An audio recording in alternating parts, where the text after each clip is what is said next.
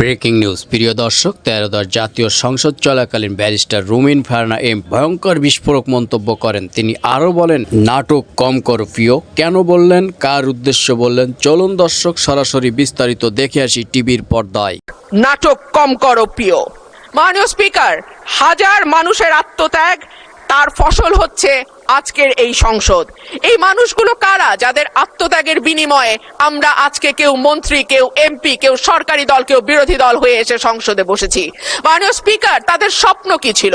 তারা জানতো তাদের এই আত্মত্যাগের বিনিময়ে তারা কিন্তু কেউ মন্ত্রী হবে না, এমপিও হবে না। তারা ছিল সাধারণ মানুষ, একেবারে খেটে খাওয়া সাধারণ জনগণ বাংলাদেশের।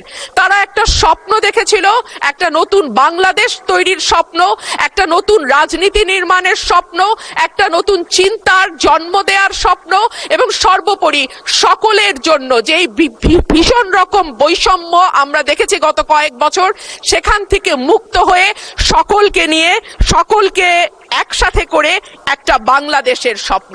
সেই সকল মানুষের কাছে আমি এবং আমি বিশ্বাস করি আমার সহকর্মী এই সংসদ সদস্যরা সকলেই কৃতজ্ঞ।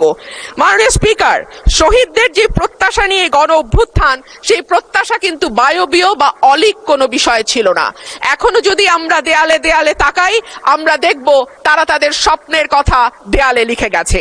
উই ওয়ান্ট জাস্টিস, কিংবা দেশটা কারো বাপের না, তুমি কে আমি কে, বিকল্প বিকল্প। আসছে ফাগুন, আমরা হব দ্বিগুণ।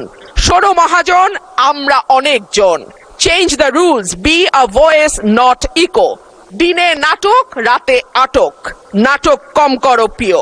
হামাক ব্যাটাক মারলু কেন? এমন হাজার প্রশ্ন, লক্ষ জিজ্ঞাসা। এই লড়াইটা কেবল একটা সরকার পরিবর্তনের লড়াই ছিল না মাননীয় স্পিকার।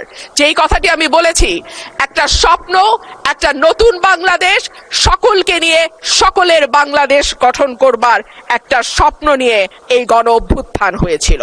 মাননীয় স্পিকার, আমরা স্বপ্ন দেখেছিলাম ধর্ম, বর্ণ, জাতিগোষ্ঠী বা লৈঙ্গিক পরিচয়ের ভিত্তিতে কাউকে অপর বা আদার করে দেয়া হবে না।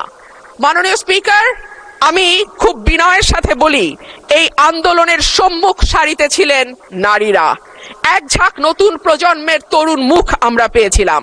সেই নারীরা 1 বছর পার না হতে হারিয়ে গেলেন কেন 7 জন নারী সাংসদের এই সংসদে, সেই প্রশ্নটা আমি আপনাদের কাছে রেখে যাচ্ছি। মিছিলের সামনের সারিতে নারীর প্রয়োজন হয়, পুলিশের টিয়ার শেল, লাঠিচার্জের সামনে নারী ঢাল হয়ে দাঁড়ায়। অস্থির সময় নারীর সাহায্য ছাড়া পার হওয়া যায় না, আর সবকিছু যখন ঠিক হয় তখন নারী হয়ে যায় ট্রোলের বস্তু। নারীর পোশাক, নারীর চেহারা, নারীর কথা, নারীর হাসি, সবকিছুই তখন হাসির খোরাকে পরিণত হয়। মাননীয় স্পিকার, আমি আপনার মাধ্যমে আজকে সংসদে আরেকটি কথা বলে যাই।